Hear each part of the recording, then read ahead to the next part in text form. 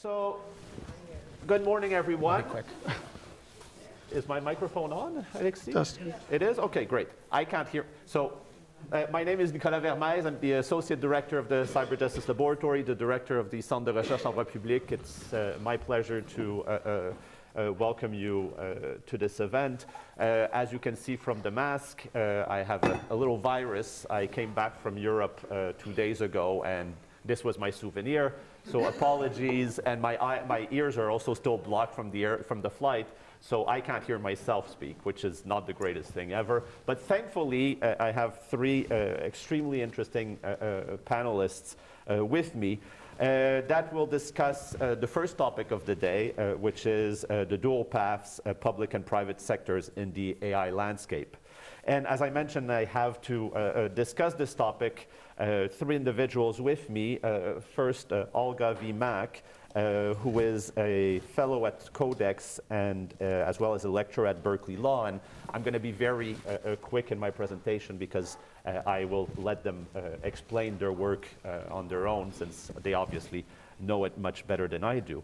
Next to Olga is Mike Kujawski, who is the president of CEPSM.ca.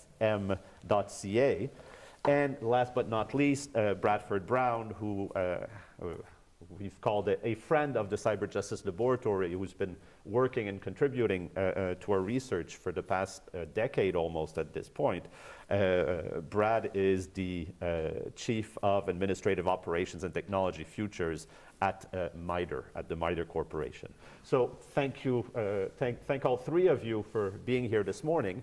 So instead of just having 3 20-minute presentations and then taking 1 or 2 questions, we decided that we would have a more open debate. So first, opening words, opening thoughts by the three of you, roughly 5 minutes. Obviously, I'm not going to be timing them.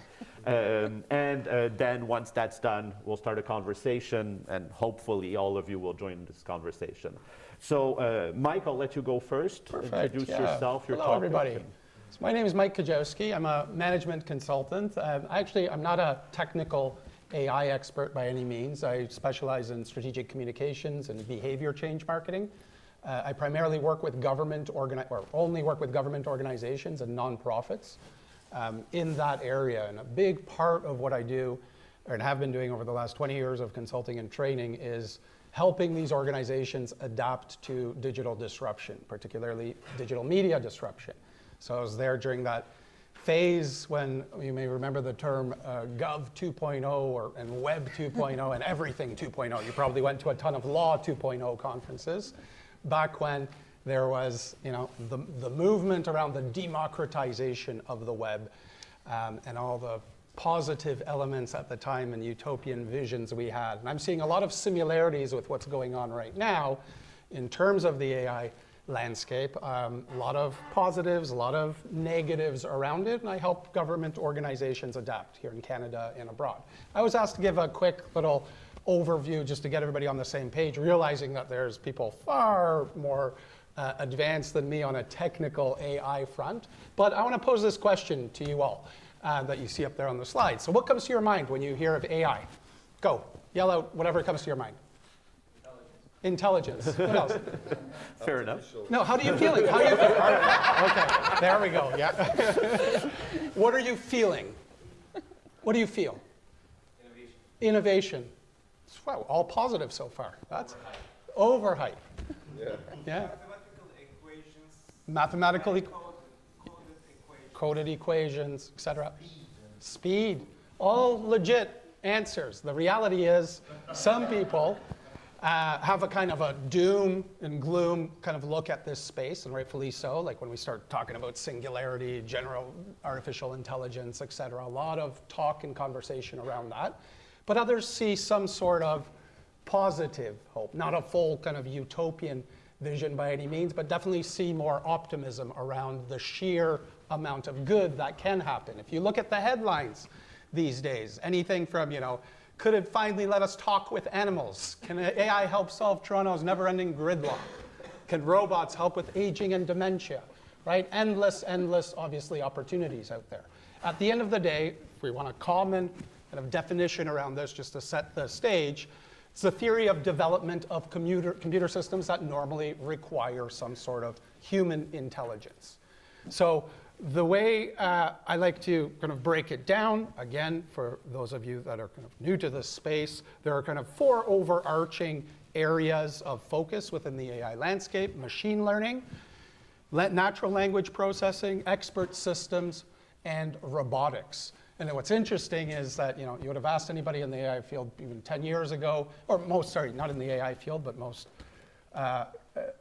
most people out there as to what AI was going to take over first. More people would have thought blue-collar work of some sort, or more so on the robotics side.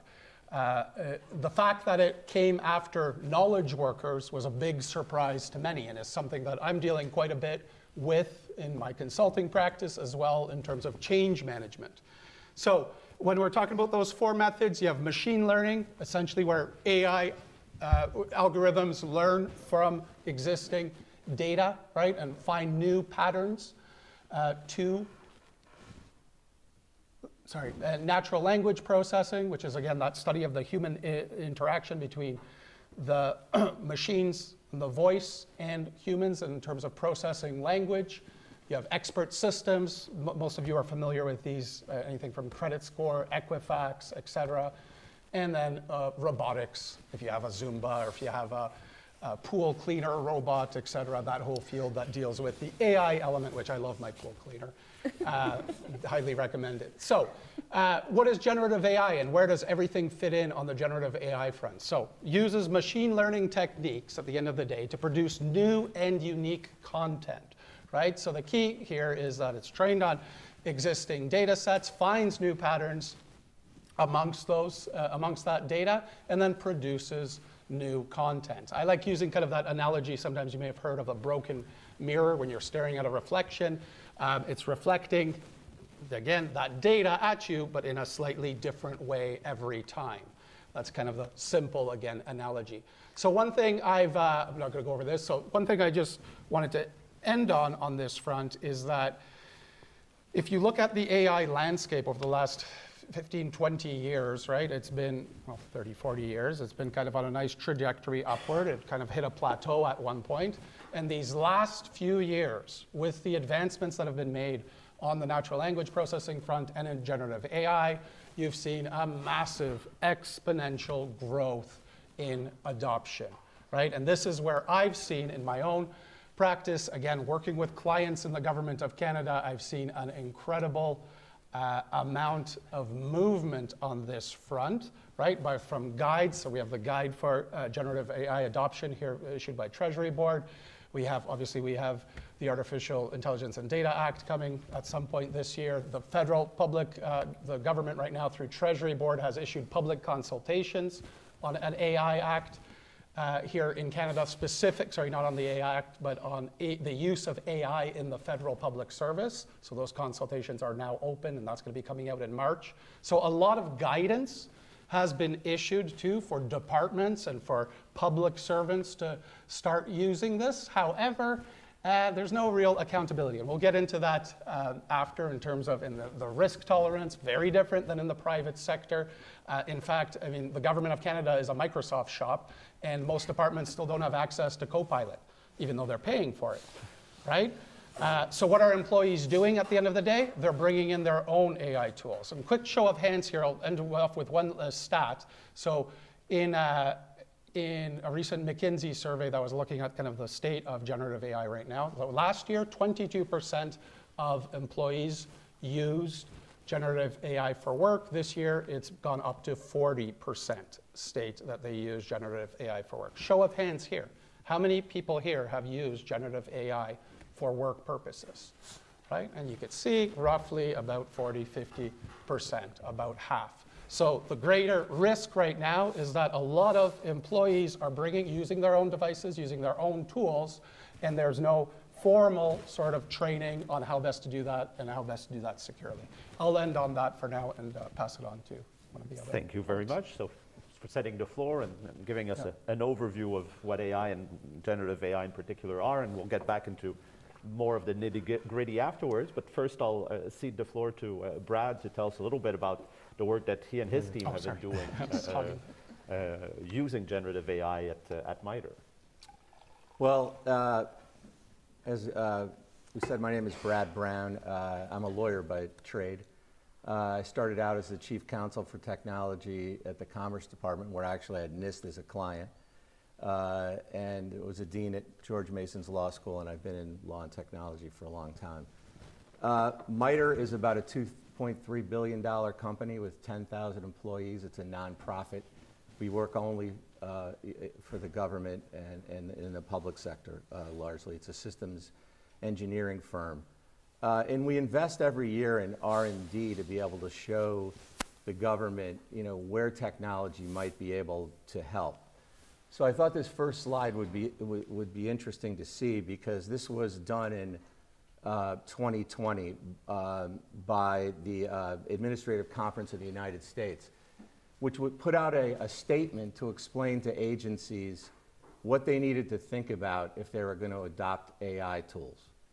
So, transparency, harmful bias, technical capacity, obtaining AI systems, et cetera. I'm not going to talk about all of them today, but it was interesting because I sat in on that panel ex officio, and you could hear the risk worry throughout the whole thing, and that continues today. And I thought it would be interesting just to take a look at kind of a real-world example of that. So the government has a problem with the Freedom of Information Act in the U.S.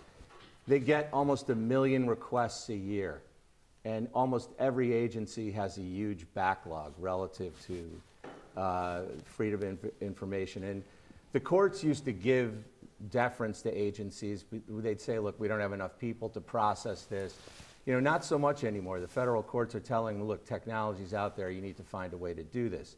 So on the right side, those are the exemptions that the federal government can exert and say, we're either going to give you a document or we're not going to give you a document, or we're going to redact some of this or not. MITRE typically operates only in the space where there isn't a commercial development, because what we try to do is foster R&D in a space.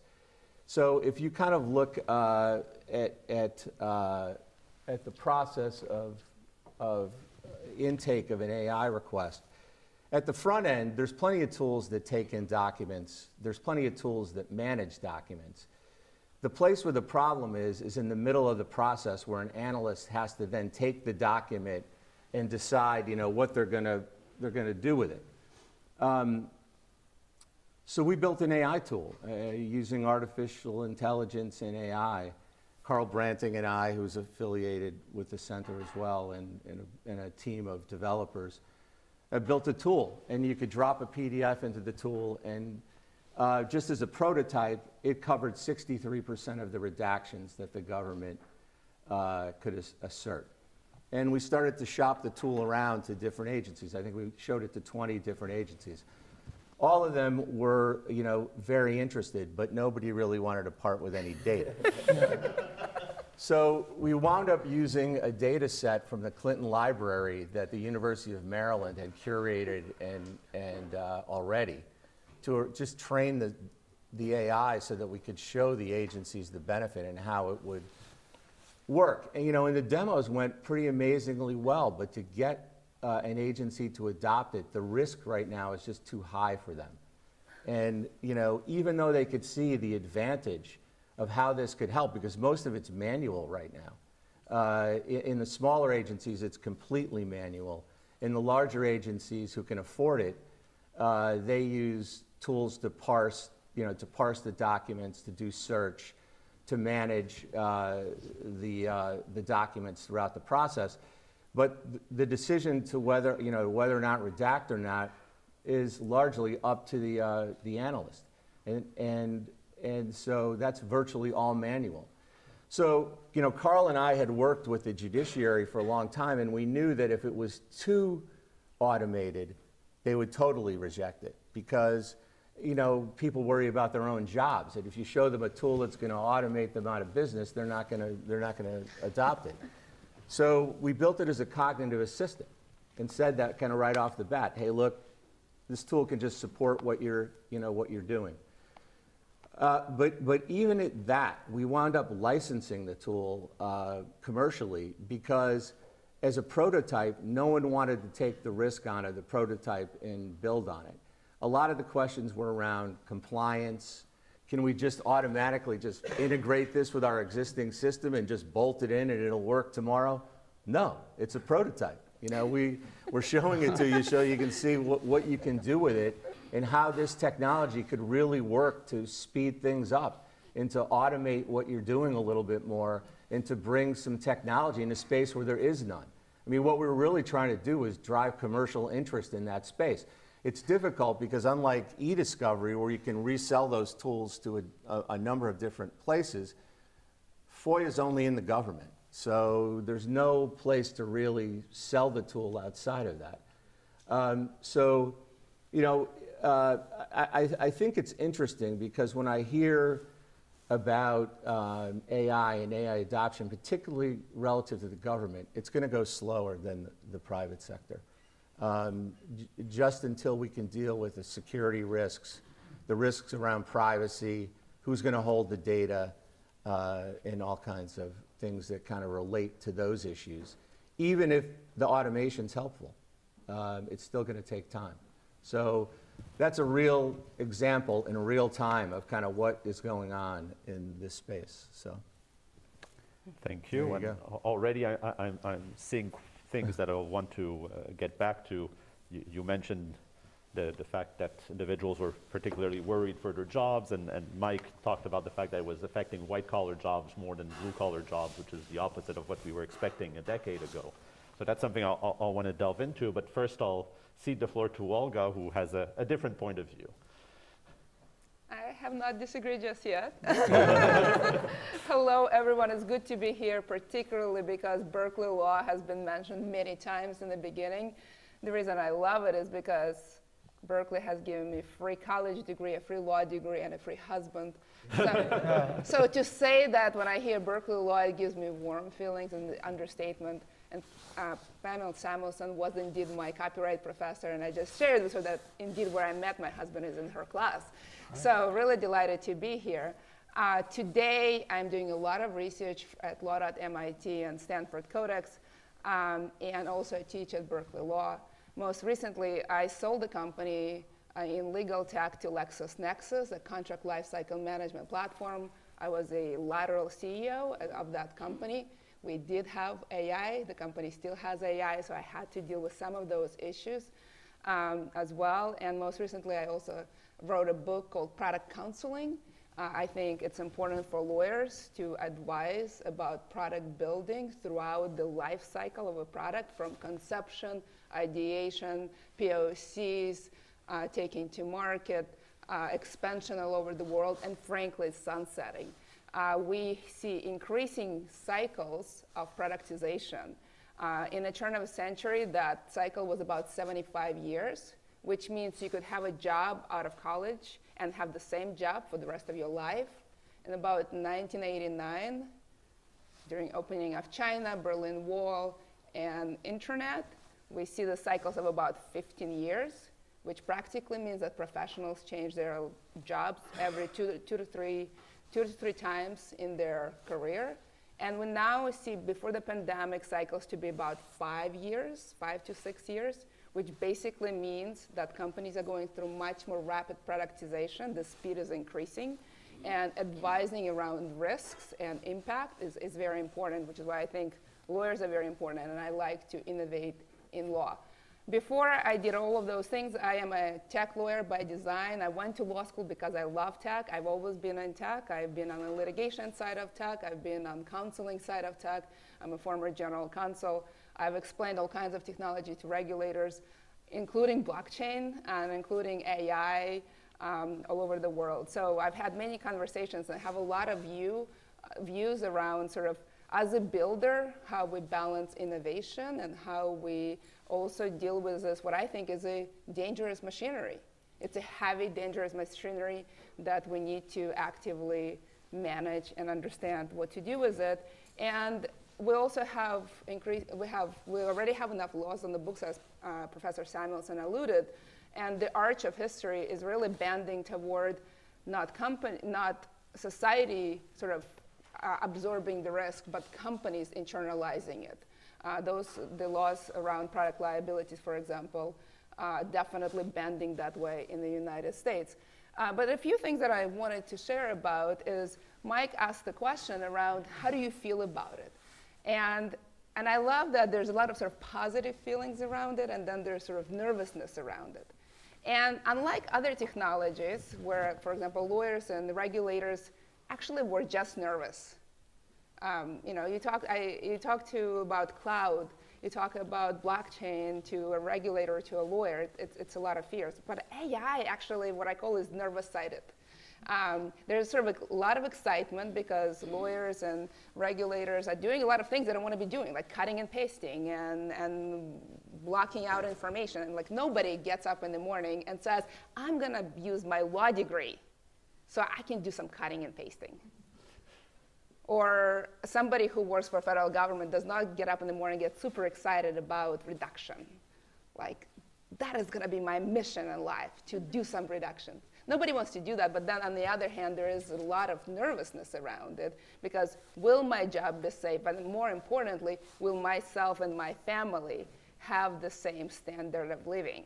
I think that's really sort of a big question for many people individually, and for us as a society is what is the sort of intended and unintended consequence and the impact of all of that. So what I do think is important is actually sort of channel that energy in a way so that it becomes something that we can harness. A gentleman approached Professor Samuelson during the break and said, there's no such thing as a good or bad technology. And what I tend to say is that that's absolutely right, because a knife can be used to kill and a knife could be used to cure. There's nothing inherently bad about the knife. It's a user. The user who may have bad intent or maybe not educated enough how to manage this important, dangerous weapon. Anything could be a weapon.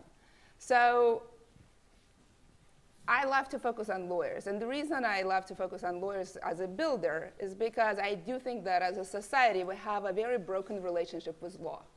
Specifically, we have accepted the fact that not knowing the laws and signing stuff and not understanding is absolutely fine. Most folks in the United States and Canada learn about laws through traumatic experiences. You become highly educated about your rights when you lose your job, when you divorce your spouse, when the contract goes wrong, when you get evicted. Otherwise, you just sort of sign on a dotted line and hope for the best. And so when I say we have access to justice problem, I don't usually just say it's an indigent problem. Every single person, independent of income, has an access to justice problem in the United States, in Canada, and frankly, most of the world. And so, for example, it's interesting that you asked, raise your hand, how many of you use for work? And depending on where you are, it's usually at least 40 to 50%. It's effectively a Google. It's for lawyers. It's not a legal tool. It's not designed for lawyers, and yet folks use Google. And they now use ChatGPT or equivalent.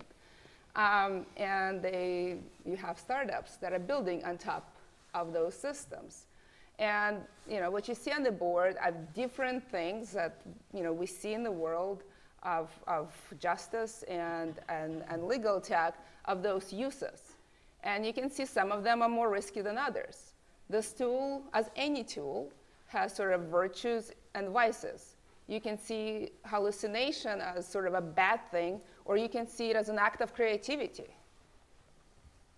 right? And so you can harness that act of creativity for different purposes. So I'll stop here. We'll talk more about risks. But I would say it's a very exciting time to be any professional, to be especially in the profession, to me, as law. I'm really grateful for the fact that I went to law school when I did, so that today we can solve some of the most important problems, like problems of education, problems of access to justice, all kinds of things. Like we can do solutions in our lifetime. And yes, absolutely, there's a lot of opportunities, and yes, we absolutely must think about how we manage this technology in a productive way. Should it be open? How much we regulate? How we balance that innovation, security, privacy, intellectual property, all kinds of stuff. So thank you for having me on this panel. Well, thank you very much. And I would just like to say there's no such thing as a free husband.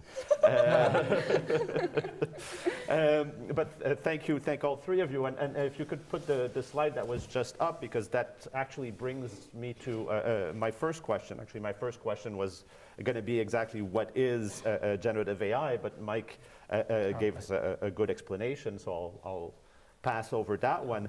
And since the topic of the panel is public and private sectors in the AI landscape, and I'll start with you, Olga, and this slide is a good introduction to that. What are the uses of generative AI in the private sector? How is it being used? And I can see some examples here, but do you have other areas or other examples of how generative AI is being used in the private sector? Yes, absolutely. So yeah, what this slide depicts is what we see, and we see a lot more in nature today of how AI is used. And by the way, AI is very much an evolving tool. We're sitting on the active volcano. Things are being innovated every single day, both from the point of view of what's possible and risk management. And so we see, and that's one of the reasons why I'm very optimistic about Gen AI, is because, remember, anything that could be used for good could be also used for bad, and vice versa. So, this is a tool where you can actually, as much as bad actors can use to penetrate your system, more rapidly, you can also create tools that more rapidly create defense and deal with various problems, including, for example, getting consents at scale, if that's what you're interested to do for intellectual property, or somehow manage privacy rights. I like to think of Gen AI as a tool that essentially likes to please us. It's, in fact, I used to get up in the morning and say to my husband, I didn't choose my mom and my dad, and I didn't choose my children, but you I choose every day. Never forget this. And he said, Olga, you don't need to remind me about this every day. When that changes, just let me know. And when Gen AI came into a scene and I started having conversation, and I said, I think you need to start worrying about it. Because I have conversation now with somebody who completely understands me, tells me what I want to hear, and manages to educate me in the most diplomatic way that I feel so good about myself at the end. No human, including you, who spent with me almost 20 years, have been able to do that. And it's sort of a virtue of this tool. It predicts next words. It tells you what you want to hear. It's good for some things. It's very good if you give it 4 corners of the document and then interrogate it about it, if you sort of control the universe of its knowledge. The more you sort of take advantage of, hey, whatever you collected on the internet, however legally or illegally, and then you ask questions or build models, the more likely it's going to have what we call hallucination problem, or give you other stuff to please you that is not entirely true. Does that mean that there's something wrong with the tool? Or does that mean that we use it for a wrong purpose? Does that mean that the user is not educated enough, right? And so I do think it's very important to think about what this thing is good at and how we take advantage of. And one of the best uses, for example, I've seen, which I find inspiring, for example, I interviewed folks who are in insurance. They're reinsurers. And one of the jobs, anyone knows about it, reinsurance? One of the reinsurance is where leverage is in insurance, frankly, because these guys insure insurances. And if you operate a bunch of little insurances and you cannot reinsure, you are taking a massive amount of risk. And so so when you negotiate with reinsurances, they have a lot of leverage. And they get to pick and choose what it is they will insure. And one of the things they do is sort of think through what could possibly go wrong in those exotic risks that you have taken as insurance. And I've interviewed a bunch of them, and I asked them, how do you know what could possibly go on if you have, for example, a dance in the middle of the ocean on a boat that has been doing this for the last 20 years? You know, and they were telling me how they know, and I'm like, but really, how do you know? You don't really know. And a bunch of them at the end said, well, I'll just ask ChatGPT. No, I kid you not, like a lot of them say that. And they actually find it incredibly enlightening to have a conversation about what could possibly go wrong in this highly unlikely scenario that I've never been part of myself. Help me to imagine. And if you think about it, it's brilliant use of this tool. This is a creative tool that allows you to think through multiple possibilities, collect the knowledge of the universe, and help you to imagine unimaginable because you lack those first-hand experiences. I would say that's an amazing use of that tool. Legal research, for example, where you need precision when you file a document with the court, you may not need that creativity. You actually may need precision. That's exactly what you will need at that point. So I think that you know, those are kind of examples. I think it's very important to ask, you know, how much creativity you need and how much precision you need, and then think through what is the right tool to use to solve it. And I think the Avianca case in the US where the lawyer asked ChatGPT to write his motion speaks for itself as an example of that issue. Mike, I saw you nod a whole lot during Olga's presentation. Would you have anything to add? I mean, I could. We're here to listen to you. Lot to go on there, but yeah, I just wanted to say that absolutely on the private sector side, that makes sense. If I could just add on the public sector side for a moment, I think one of the biggest excitements right now that I'm seeing amongst clients and use cases, and again, I come from the communications and kind of service delivery world, is on using chatbots. And I've done some research on looking at around the world what governments are doing. Some of you may have heard of Singapore's Vika chatbot. It's been around for quite some time. Singapore's, Dubai is using Ramas. There's Great Britain has quite a few. US has kind of agency-specific ones. Here in Canada, one of the first generative AI chatbots to be used by a department is actually called AgPal for agriculture purposes. It's a very neat sort of use case that came about by the agriculture department about last year, or no, it was launched like 2 years ago now.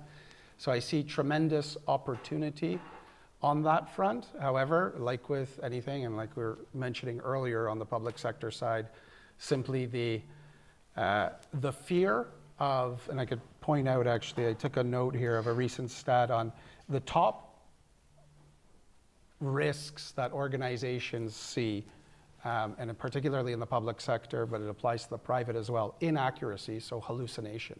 The fear of that, and if you could imagine the implications of that, particularly for the risk-averse public sector, if false information or if something is simply made up and it is under the Government of Canada brand, right? The political repercussions of that, the citizen repercussions in terms of government wasting taxpayer money, et cetera, right? All that, there's a lot of fear, and nobody's willing to take on that accountability single-handedly. So other kind of risks that those organizations see, intellectual property infringement, right? If suddenly somebody determines that, wait a second, this output that's coming out of this generative AI produced by the government looks oddly familiar because it pulled information from a top researcher in the field and it could clearly sort of be linked. There's massive fear around that. And nobody's mentioned this yet, but deepfakes, again, in the world of communication, I'm dealing with misinformation and disinformation, the crisis comms around that, and the management of that right now on social media. It's like one of my clients is Elections Canada. You could imagine kind of what the top fears are there when you could easily create a video of any political leader now, full voice over, et cetera, because all that information, all that data is freely available, right? So the fear, like the second like those things are mentioned, it prevents a lot from happening in that particular sector. But again, I could see on the private side where basically risk tolerance is very, very different, right? Much more likely for people to take that. And I could go on. Personal, individual privacy, regulatory compliance, explainability, equity and fairness, all these as you kind of go down the board, all legitimate concerns. And yeah, simply the motivation oftentimes isn't there on the public sector side because it's not a chasing of profit, for example, that, that oftentimes, obviously, on the private sector, and there's accountability to shareholders, et cetera, very different motivations exist and drive. Can I insert some drama? Sure, yeah, please. And disagree? Yes, go. I do think that that we have become complacent with, when it comes to government, to not serve its citizens. We actually have plenty of laws in the books around transparency and around serving our citizens. And there is a massive access to justice, problem. And, you can kind of think through, hey, on the one hand, there's maybe privacy concerns and IP concerns, but hey, we also have a lot of folks who don't know their rights and taking advantage all the time. And many of them are indigent. And so maybe we're okay with 10, 20% error, which is high, I agree. But hey, in the process, we'll also serve 80% of people who are today underserved. And so it's a I find that this discussion of, first of all, I think in my observation in the private sector is actually people have a variety of tolerance. You're hearing from somebody who is, I guess, a tech cowgirl, right? I've been in startups my entire life, and I see technology as an opportunity. But you also see a variety of tolerances in private sectors, and some of it is actually much closer to what you described in public as well. So I would say that's a very broad generalization. Yeah. But I actually see this technology as even the more massive opportunity for public sector to serve its citizens, to empower them to know their rights and understand and see the opportunities and kind of give them to that. I mean, I agree with that, but I think I'm a little more pragmatic about it. I mean, I think it's still about the data, right? I mean, the government has had reams and reams of paper. So you remember when Watson won Jeopardy, all the law firms ran to like IBM and wanted Watson. They were like, well, sorry, we're going to have to spend 3 years digitizing all of your paper first, right? So you still have to get all of the data in some form where AI can work. And so, part of the problem, especially with legal documents, is you have handwriting all over, all kinds of stuff. You have different forms and formats. And NLP doesn't really work great for some of that right now. So to get the full panoply of all of the data that's out there to make the tool less risky for people to want to use, you have to get the data under control and find a way to get all the data digitized in a form where you're covering the whole waterfront. Because still now with the government, I would say most of the stuff is still converting to digitization, but a lot of it's still paper. And so the question is, what's it going to take you to get over that hump? Because it's expensive. The most expensive part of this is getting the data in a form that you can use it. And we've seen that kind of all over the place. Even with the most advanced tools now, it's tough, especially where you've got stuff all over the file. Like if you have a file that's PDF that has handwriting on it, it's in a different form than what you've trained the AI in, you have to get over that hump. And so it causes problems and cost. Right, so that's kind of where we are right now, just trying to get the data in a form where AI can be used easily. So, and so that's obviously a risk, and this conversation clearly turned to identifying risks, and I think that's a good lesson to see that really risk is at the center of the issue, especially within the public sector. And Brad, I'm going to stay with you on this because you had a lot of opinions on different risks that are faced by the public sector that might be a little different than the ones that the private sector faces. And you just named one, but you have any other ideas on that topic? I mean, I think a lot of what the administrative conference talked about is still out there. I don't think generally the government just by nature can't be as transparent as it always wants to be for different reasons. I mean, some things are classified. And so you have to deal with the kind of those issues in that kind of data as well. And there's different levels of classification. So that's always something that you have to think about as a risk. And then, where's the data coming from, and is there any bias in the data? I mean, that's kind of another thing that people are concerned about as you build these data sets, because sometimes in the data themselves, it's counterintuitive. You may not have completely thought through where the bias is going to, where the bias is going to come from. And so we haven't really worked through all of that yet either. And I think that the governments around the world typically feel more comfortable when a lot of those issues are resolved by the private sector, and then they just bring them a finished tool that's compliant, and they can say, okay, I don't have to worry about this. So, because we're kind of in a more of an R&D phase, it's a little tougher right now, I think, for the government and governments in general. And that will start to wane some when people become more comfortable with the tools and we see less risk and issues with the data and as time goes on. I think that's key. People more comfortable with the tools, like getting back to what I was starting off with in terms of the actual workers being encouraged, being guided on how to use the tools properly, as opposed to, again, just because right now, again, it's general guidance, but it's quite subjective in the Government of Canada and up to each individual sort of department as to how they want to implement that. But the more, and I'm seeing this more, so full credit to the federal government right now in terms of the amount of training that it's starting to offer through the Canadian through the Canadian School of Public Service. There's a whole digital academy surrounding that. There's lots of AI and using generative AI sort of courses. So getting people internally more familiar with the tools is key. And that's one of the big differences, again, going back to the 20 years to the early social media and Web 2 adoption, is people see a use case for themselves, both personally and professionally. And the more they do that, the more this is understood by all levels at government, including senior leadership. And that's when, again, certain things through baby steps, like it'll start with, as it already is, in communications and marketing departments, which, by the way, are across industries, both in the private and public sector. That's the number one function where generative AI is adopted, followed by product and service design, followed by IT.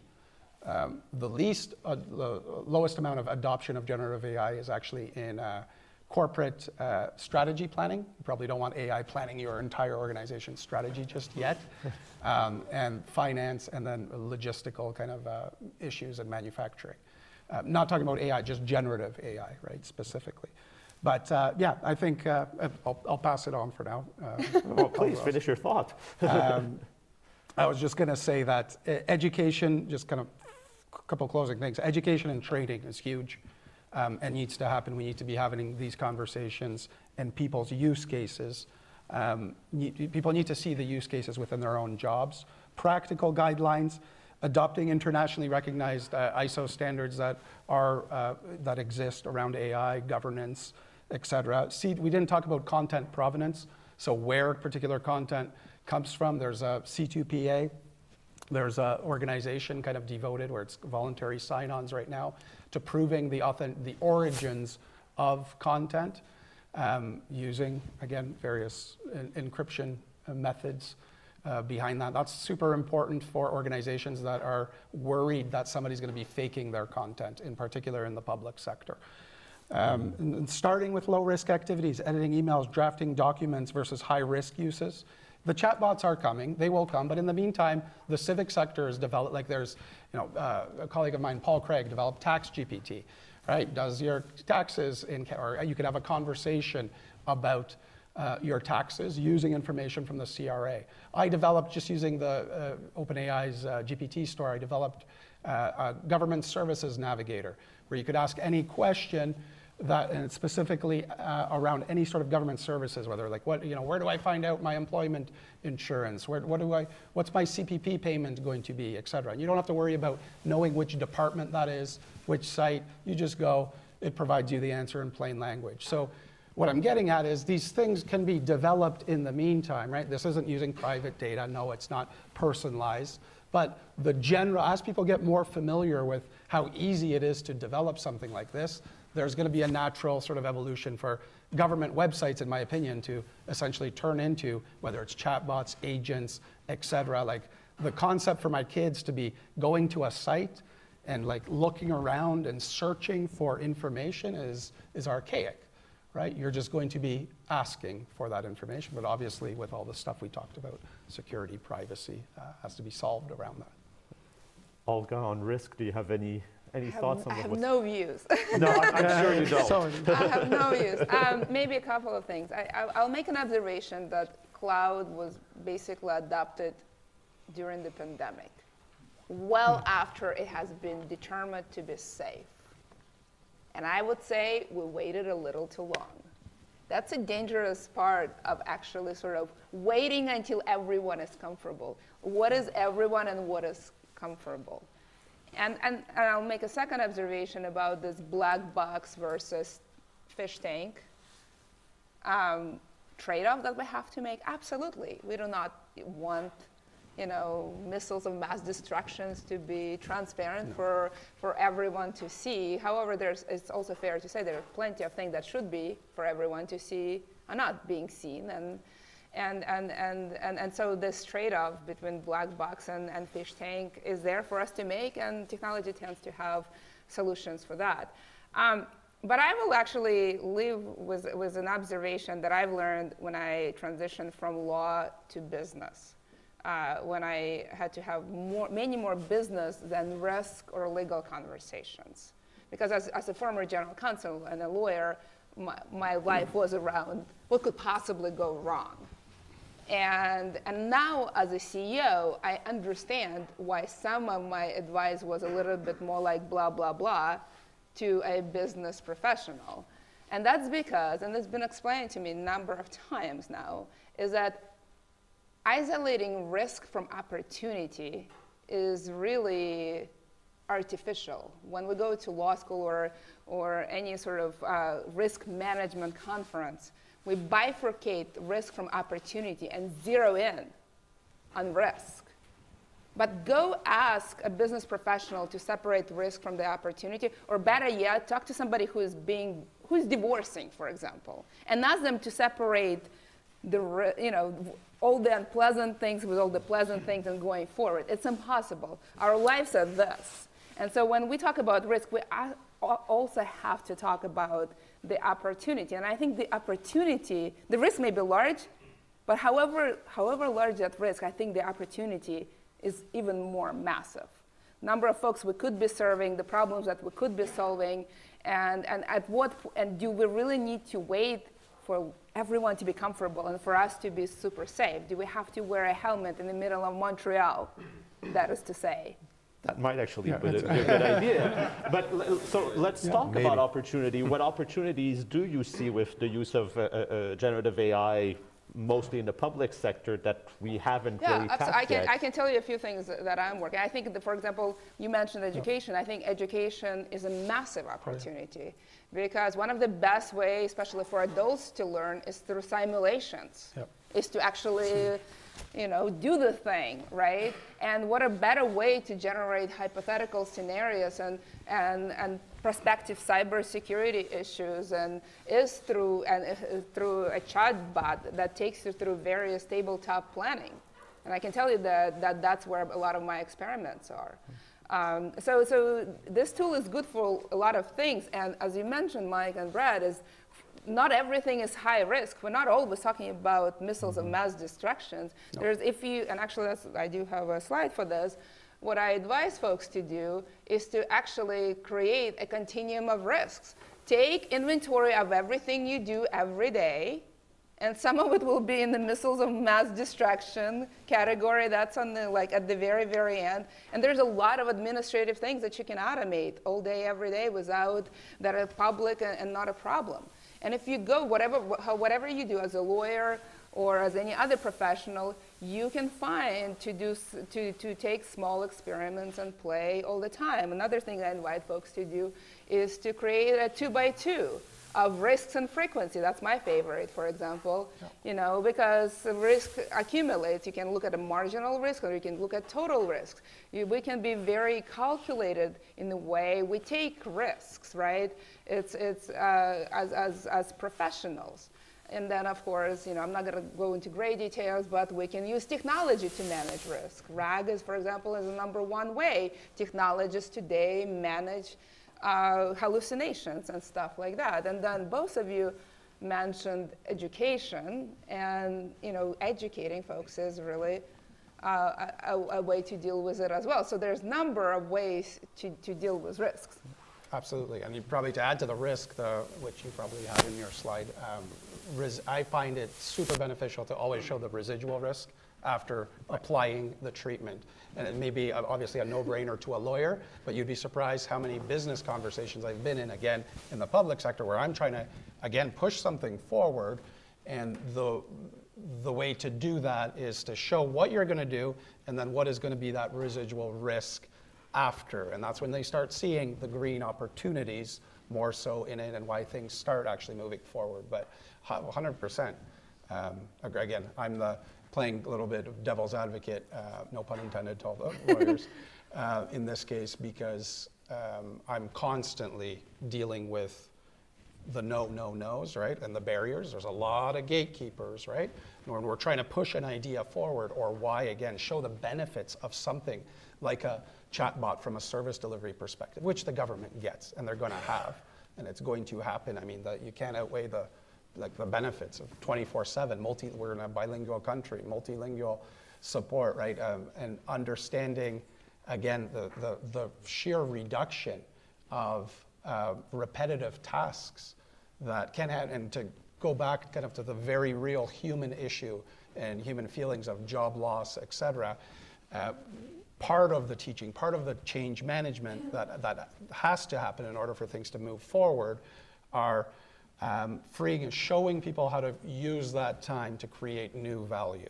Use that, whatever was cut in terms of the time saved, even if it was a big chunk of your work. I know this could be, you know, because it's a lot of people's identity, right, with what they were doing.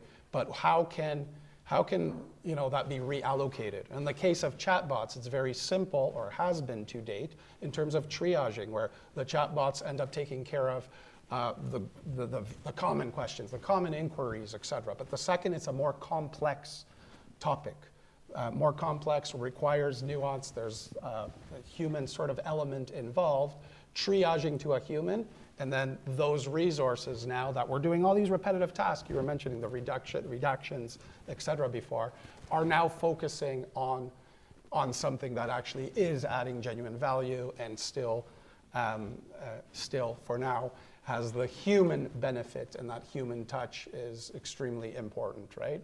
And so the more people see that, the more I think we're going to have definitely progress on this side. It's better that way than, you know, rushing into things.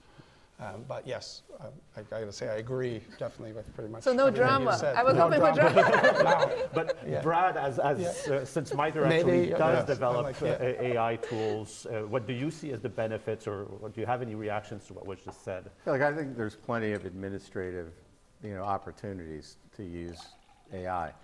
I think the more interesting thing, and I think more of it will come as the vertical areas, data, security, privacy, and then the actual users begin to talk, you know, laterally.